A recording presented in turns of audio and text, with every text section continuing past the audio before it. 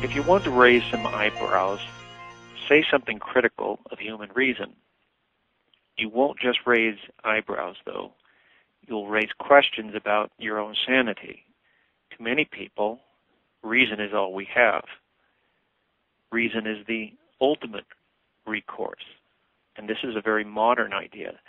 The Enlightenment encouraged the emphasis on reason. The Enlightenment was an intellectual movement that came after the Protestant Reformation and was really a reaction against it. The Enlightenment was a self-conscious turn away from a reliance on faith and revelation towards a pagan, non-Christian thinking. The Enlightenment replaced faith and the authority of revelation with man's reason. Now, some would say that reason is all we have. It's all we have to determine truth from error. But that's not the Christian position. This reliance on reason as ultimate is called rationalism and is basic to modern thought. One problem with overemphasizing reason is that reason is limited by man and his experience. But men cannot experience all of reality, and there are realms beyond man that only the mind of God can fathom.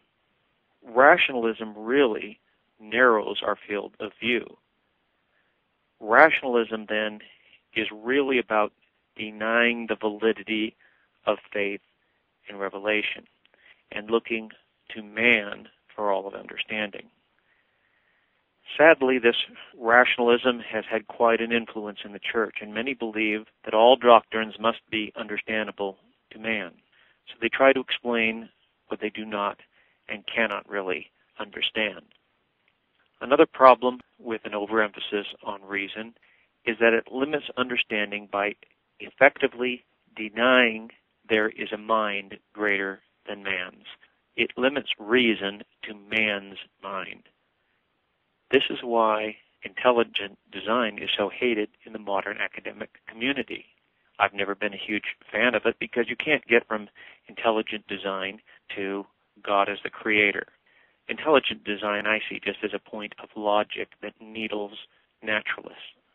But intelligent design is nevertheless hated, and the reason it's hated is because it implies a higher designer, and that higher designer would be a de facto deity.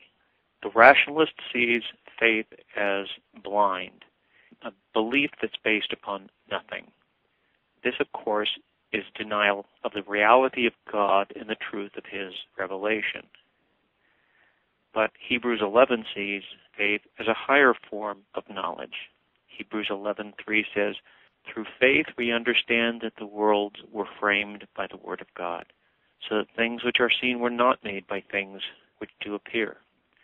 It says, notice, through faith we understand. According to this verse, faith opens up our understanding. It is rationalism that restricts thought to the narrow confines of the human mind.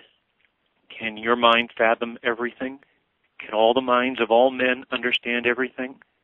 Does it make sense to limit thinking to the mind of the unbeliever? Reason is a gift of God, but it has limitations. Man is, after all, fallen, and so his intellectual capacity is therefore also fallen. So even though reason is something that is valid, we must not make it more than it is. To make our reason supreme is to make ourselves supreme. Rationalism's unbelief has to define certain areas of thought as illegitimate. This is particularly true in the area of science. The rationalist must exclude God and the supernatural from science. But what right does man have to exclude the Creator from discussions of His creation? The rationalist must exclude a great deal of God's reality to maintain the autonomy of his own reason. Even when a rationalist speaks of faith or religion, it's in terms of his view of reality. So faith becomes an invention of the human mind for some perceived benefit. A rationalist sees faith as the area man cannot understand but might one day. But faith is a God-given understanding in the truth of His revelation. So faith recognizes authority, while rationalism tries to establish it based on reason alone. The modern mythology of reason is an attempt to escape God and His revelation of Himself.